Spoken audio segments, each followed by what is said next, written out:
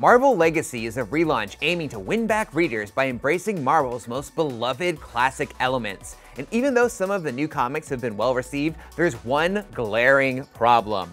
What's up everybody, my name is Joshua Yale, and I'm going to talk about Marvel's big missed opportunity with their latest relaunch. Back in September, we saw the release of Marvel Legacy #1, a 50-page story by Jason Aaron and Asad Ribic that spanned the entire Marvel universe and set up some important plot lines. This is a move taken right from DC Rebirth, which did the same thing last year to great acclaim, and now Marvel is hoping for the same thing. But they've already made a big mistake. To illustrate my point, I'm going to go into some big twists for Marvel Legacy #1 and DC Rebirth #1, so beware of spoilers.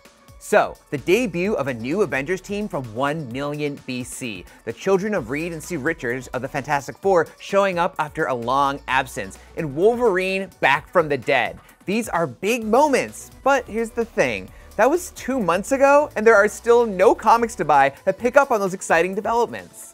The Marvel Legacy one-shot succeeded in telling a vast yet personal story that warms your little nerd heart, but ultimately it exists to compel readers to buy more Marvel comics, and that's where it stumbles. To understand what I mean, check out this page, which is the first thing you see once you're done reading the story. There are 12 comics advertised, but none seem to have anything to do with the big stuff in the story. Captain America Steve Rogers only appeared on one page in the story, yet his comic is the first recommended to readers. There are 2 X-Men comics advertised, but neither have the returned Wolverine. The reveal of the Richards kids is the final twist at the end of the story, but nothing points out that Marvel 2-in-1 is probably where you'll see them next. And the Avengers 1 million BC characters are in limbo as well.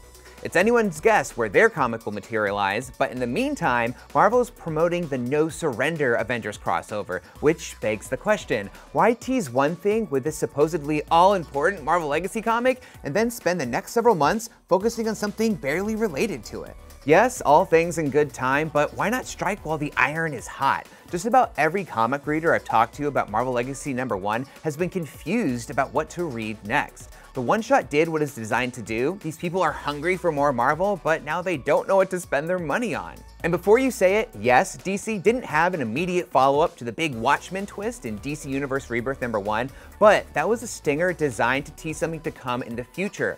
Wally West was the core of the story, and they immediately made good on his return and promoted it with a full-page ad you couldn't miss.